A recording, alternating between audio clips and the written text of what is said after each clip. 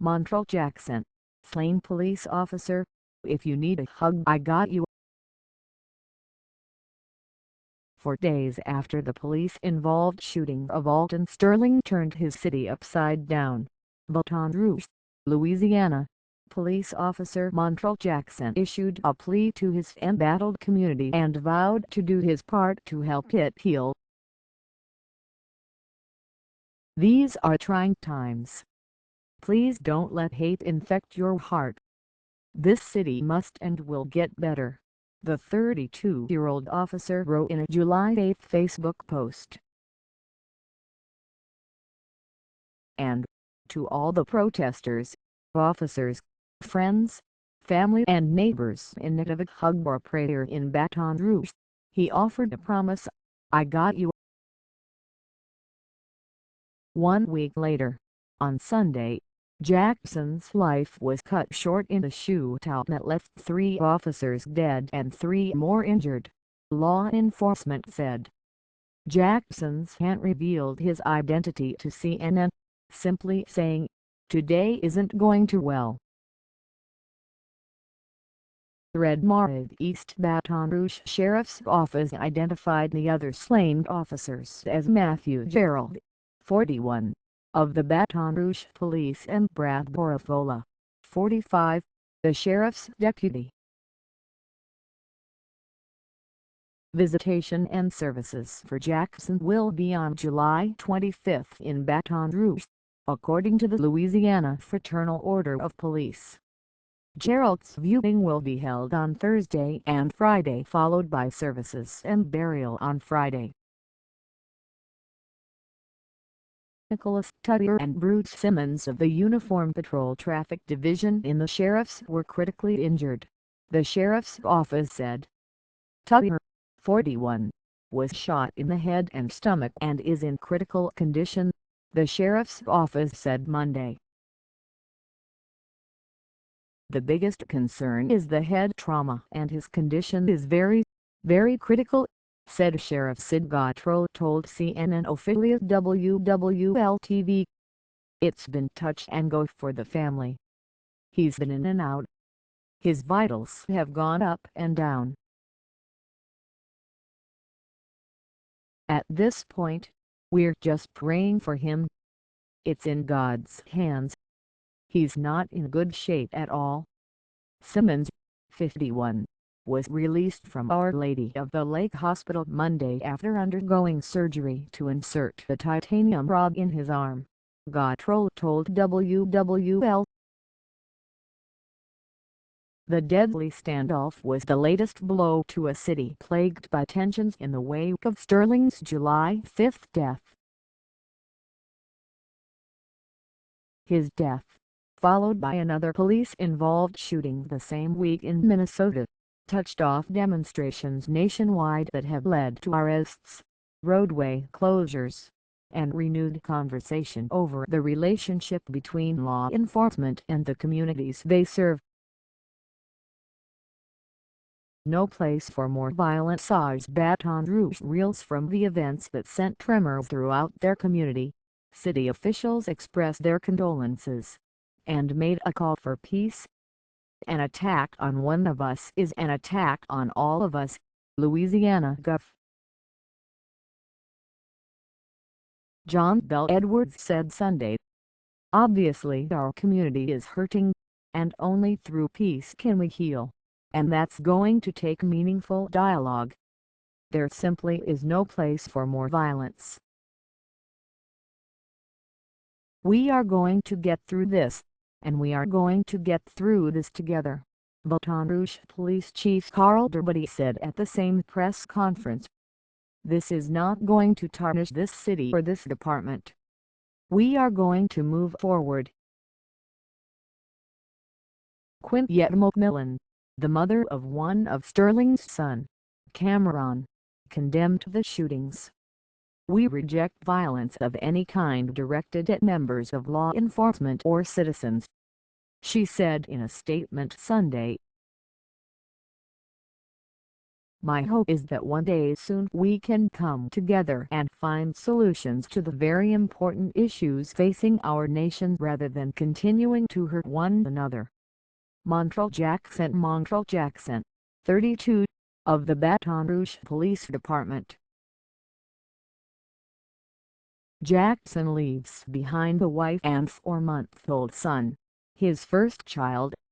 He had been with the department for 10 years, his uncle Charles Cavalier told CNN affiliate WAFB-TV. He cried when he found out that he was going to have a son and he was so excited, Cavalier told WAFB. The baby looks just like him. Jackson's brother, Keith Pitts, told NPR it was devastating that his nephew will never get the chance to know his father. He always wanted to become a father, Pitts said. Jackson loved the New Orleans Saints and Pelicans almost as much as he loved his family, his community and his job, Cavalier said. He was one of the best guys you'd ever want to know, Cavalier said. To those who shared Jackson's Facebook post after it surfaced on social media, the missive spoke volumes about his character. It also offered rare, candid insight into the impact of Sterling's death on officers in the community. "I'm tired physically and emotionally," the post starts, "disappointed in some family, friends, and officers for some reckless comments, but hey, what's in your heart is in your heart. I still love you all because hate it takes too much energy, but I definitely won't be looking at you the same." Christy Vick Godel, Jackson's neighbor, told NBC News that Jackson was pained by the events surrounding Sterling's death, including the protests that followed. "He loved his city," Godel said. "It is an absolute tragedy. He was a police officer, but he was also a proud black man.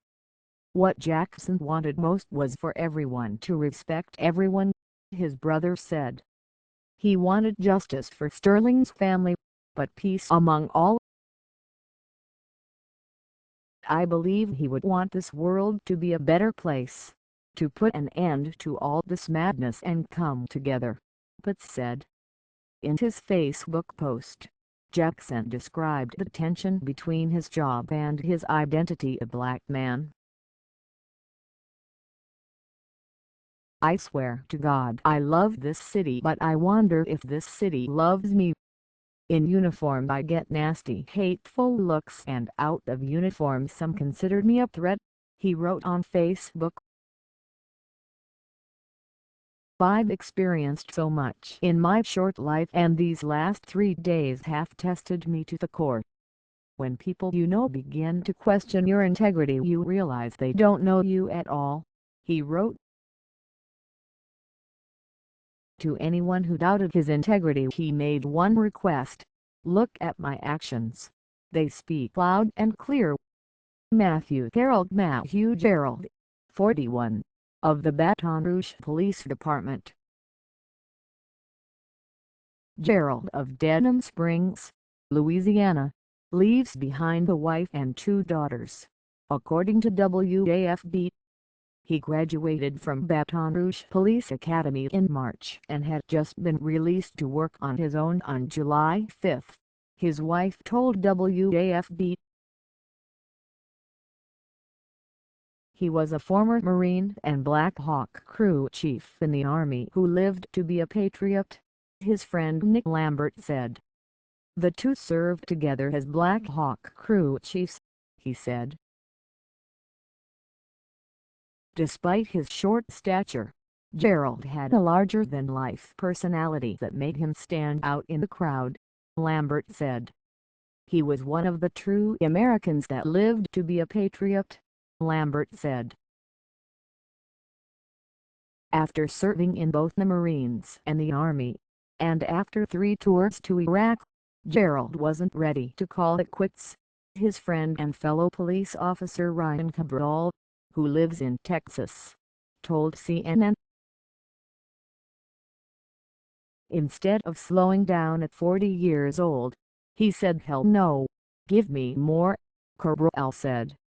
Matt was born to protect those who needed protection, he said. He repaired helicopters in the Army and was a food specialist in the Marines. As a Marine, he received the National Defense Service and Marine Corps Good Conduct Medals. He deployed with the Army to Iraq in the beginning and middle of the war and served a particularly long deployment toward the end of the battle, fighting there from November 2007 to January 2009, according to the military. Less than a week before the fatal shootout, Gerald and Cabral spoke on the phone. The two officers discussed the tumultuous climate in Baton Rouge and told each other to be safe, Cabral told CNN. Brad Garofalo, Deputy Brad Garofalo, 45, of the East Baton Rouge Sheriff's Office. Garofalo, the married father of four, had been with the East Baton Rouge Sheriff's Office for 24 years, according to WAFB. He was selected as the Civil Deputy of the Month in January 2013. In a tribute to her husband, Tanja Garofalo posted a photo on Facebook thanking the community for their prayers and expressing her state of disbelief. She wrote that Garofalo, whom she called my best friend, my rock, and my hero, was a wonderful father who gave his all in everything he did. His brother Brett Garofalo confirmed his death in a Facebook post, according to WAFB. Brad, I love you very much, my brother. I respect and appreciate everything you did for us, this city, and your job to protect and serve, he wrote. CNN's Barbara Start, Justin Ear and Farideh Fawzi contributed to this report.